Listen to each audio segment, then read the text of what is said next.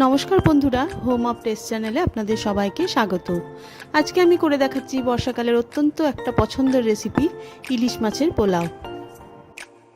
আমি এখানে 2 কাপ গোবিন্দভোগ চাল ভালোভাবে ধুয়ে জল ঝরিয়ে নিয়েছি।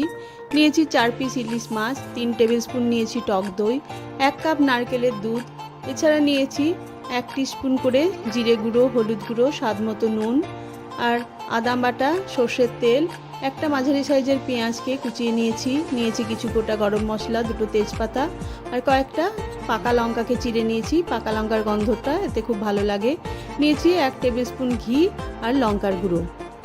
আমি প্রথমে মাছগুলো ম্যারিনেট করে নেব। তার জন্য একটা জায়গার মধ্যে দিয়ে দিলাম 3 টেবিল স্পুন টক দই, স্বাদ মতো নুন, অল্প একটু হলুদ গুঁড়ো, লঙ্কার গুঁড়ো ও জিরের গুঁড়ো। তারপরে মাছগুলো দিয়ে ভালোভাবে মাখিয়ে সর্ষের তেল দিয়ে আধ ঘন্টার জন্য আমি রেখে দেবো। এরপরে চালটার মধ্যে অল্প একটু হলুদ গুঁড়ো, জিরে গুঁড়ো ও আদা বাটা দিয়ে ভালোভাবে মাখিয়ে রেখে দেবো।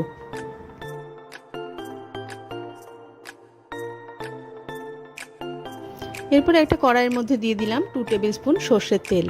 তেলটা আমার ভালো মতো গরম হয়ে গেলে মাখিয়ে রাখা ইলিশ মাছগুলো দিয়ে আমি এপিট ওপিট করে হালকাভাবে ভেজে নিলাম। যেহেতু ইলিশ মাছ সেহেতু ভাজার বেশি দরকার নাই। তারপরে বাটি ধোয়া 1 কাপ মতো জল দিয়ে 2 থেকে 3 মিনিট মতো ঢাকা দিয়ে মাছটা সেদ্ধ হওয়ার জন্য রেখে দিলাম।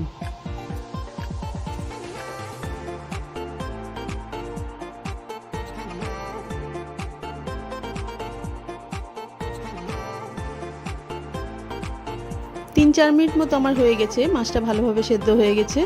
এবার কড়াই থেকে ঢেলে একটা জায়গার মধ্যে আমি রেখে দেবো।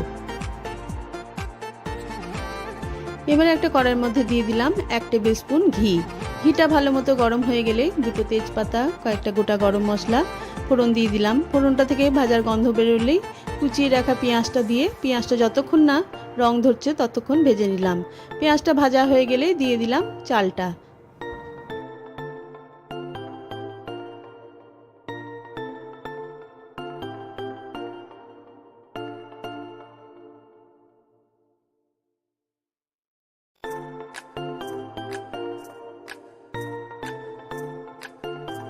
চালটা দিয়ে 2 থেকে 3 মিনিট ভালোভাবে ভেজে নেব, যতক্ষণ না চালটা হালকা ফুটতে শুরু করে এবং রঙগুলো একটু সাদা সাদা হতে শুরু করে।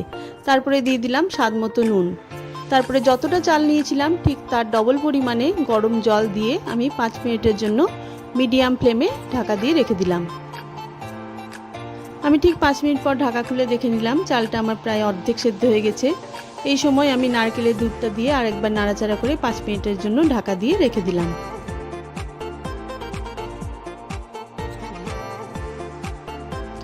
আমার পোলাওটা সেদ্ধ হতে ঠিক 10 মিনিট সময় লেগেছে। 10 মিনিট পর আমি ঢাকা খুলে দেখলাম চালগুলো একদম ঝরঝরে হয়ে গেছে।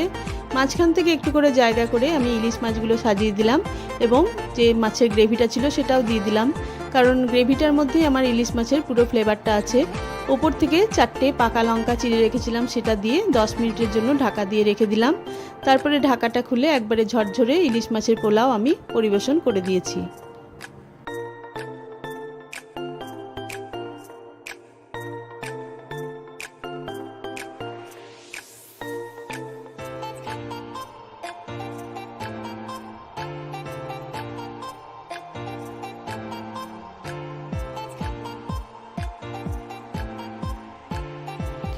আপনাদের এই মূল্যবান সময় দিয়ে যারা আমার এই রান্নাটা দেখছেন তাদেরকে অনেক ধন্যবাদ।